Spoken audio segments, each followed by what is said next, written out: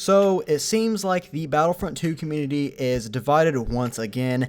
People either love this thing or they absolutely hate it, and I'm pretty sure you guys already know what I'm talking about, or you just saw the thumbnail. But a few days ago, we got a huge community transmission discussing the Rise of Skywalker DLC and everything that we are receiving with this major free update. Now, towards the end of this transmission, DICE actually revealed that in January, we will be getting 2 new heroes, and to everyone's surprise, those heroes are actually going to be BB-8 and BBD-9. Now, of course, everyone knows who BB-8 is, we all love him, but BBD-9 is actually a character who's only in The Last Jedi for quite a brief time. He was in like one scene, but he's a pretty cool looking droid. Obviously, they are just adding him to counter BB-8. But when I first read that they were being added, I had to take a look at it once again just to make sure I saw that right. But yes, these will be the new heroes coming in January. And after some thinking, I decided that these guys actually might be super fun to play as, depending on how the developers decide to create them,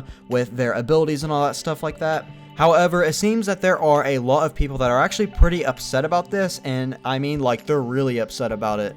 But the thing is, I personally disagree with a lot of the criticism people have been throwing out at DICE, and there are a few reasons why that I am going to be going into in this video.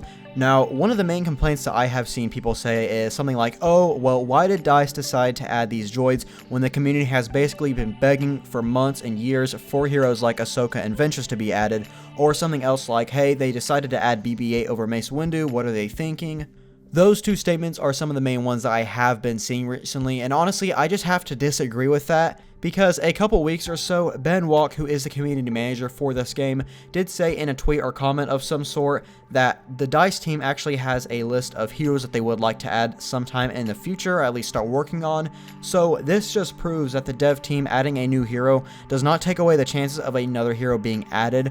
And what's funny about this is I do remember way back when that some rumors started going around saying that DICE would not be creating Anakin Skywalker for this game as a hero because it just wouldn't make sense for him to fight Darth Vader. Well, yes, it would make sense, but it's a game and it's all for fun. But luckily during that time, Dennis Brandval did actually respond to this, saying that no hero limits another hero from being added, as months later we did get Anakin Skywalker, of course. But the main point I'm trying to get with this one is, sure, I don't think any of us were expecting these 2 Rurally droids to be added as a hero in this game. I mean, even in my wishlist video, I was saying how I really hope that Poe Dameron gets added as a ground hero. We know he's a starfighter hero, but I think him being on the ground, since he's a leader of the Resistance now, makes sense, and honestly, he is one of my favorite characters in this sequel trilogy.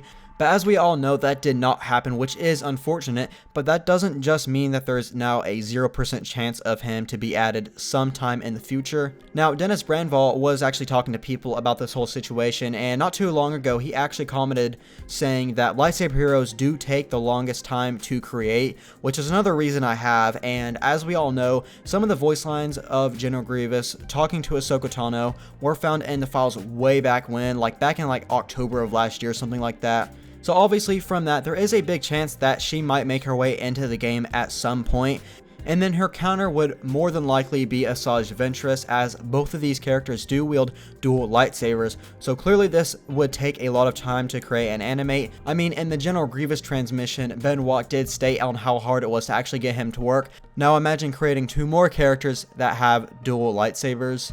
And with all that being said, now I'm no game developer by any means. I have an idea on how it works and how things are created, but I do have a feeling that BB-8 and BBD-E wouldn't take nearly as much time to create as 2 unique dual-wielding lightsaber heroes. So basically what I am trying to get at is they are most likely still working on these heroes. That's obviously not confirmed, but if they have started working on them, they're not going to just stop that because they added BB-8 and the other droid, and they probably decided, hey, let's take a break on these guys and start working on something else, something that wouldn't take as much time. And of course they wanted to get something unique in, like these 2 droids, which wouldn't take nearly as much time and could get it out by January. Now, something else that Dennis Brandval did start talking about whenever he was discussing this whole situation is that back in Battlefront 2015, whenever they announced Nai and Num and Greedo that were going to be heroes coming in the Outer Rim DLC, I think it was, the fans weren't super upset about it as they are now, but after they got released and people actually got a chance to use them and learn how they actually work, they became a fan favorite because they were so well made. I still see posts all the time of people saying that they need to bring those two heroes back to Battlefront 2 because they were simply so much fun to use. So the devs have said that the new droids are super fun to play as well, so I'm gonna take their word for it. And then for my final point, overall, we just don't know that much on how these guys are going to be working, other than that they are support heroes, but that can mean a million different things. But other than that, we still have no idea how they're going to work, what abilities they'll have, and all that other stuff. So I think people are just being way too quick to judge and assume that they aren't going to be good heroes or fun to play as or any of that. And honestly, I just feel like we need to just wait for them to release, try them out, and then give our honest opinions on them after that. If they are bad, hey, they're bad, but if they're good, they're going to be good, and that's going to be awesome as well.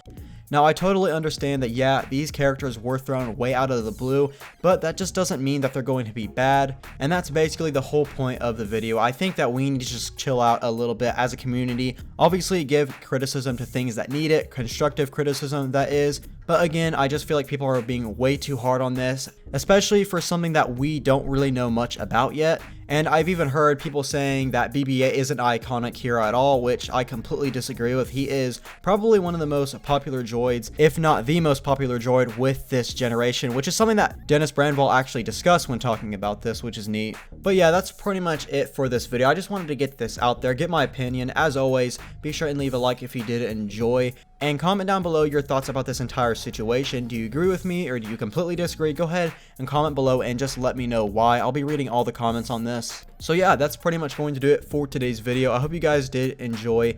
Again, if you did, be sure and leave a like on it. And if you're new, subscribe for more Star Wars news, gameplay, and more. And I'll hopefully see you in the next one.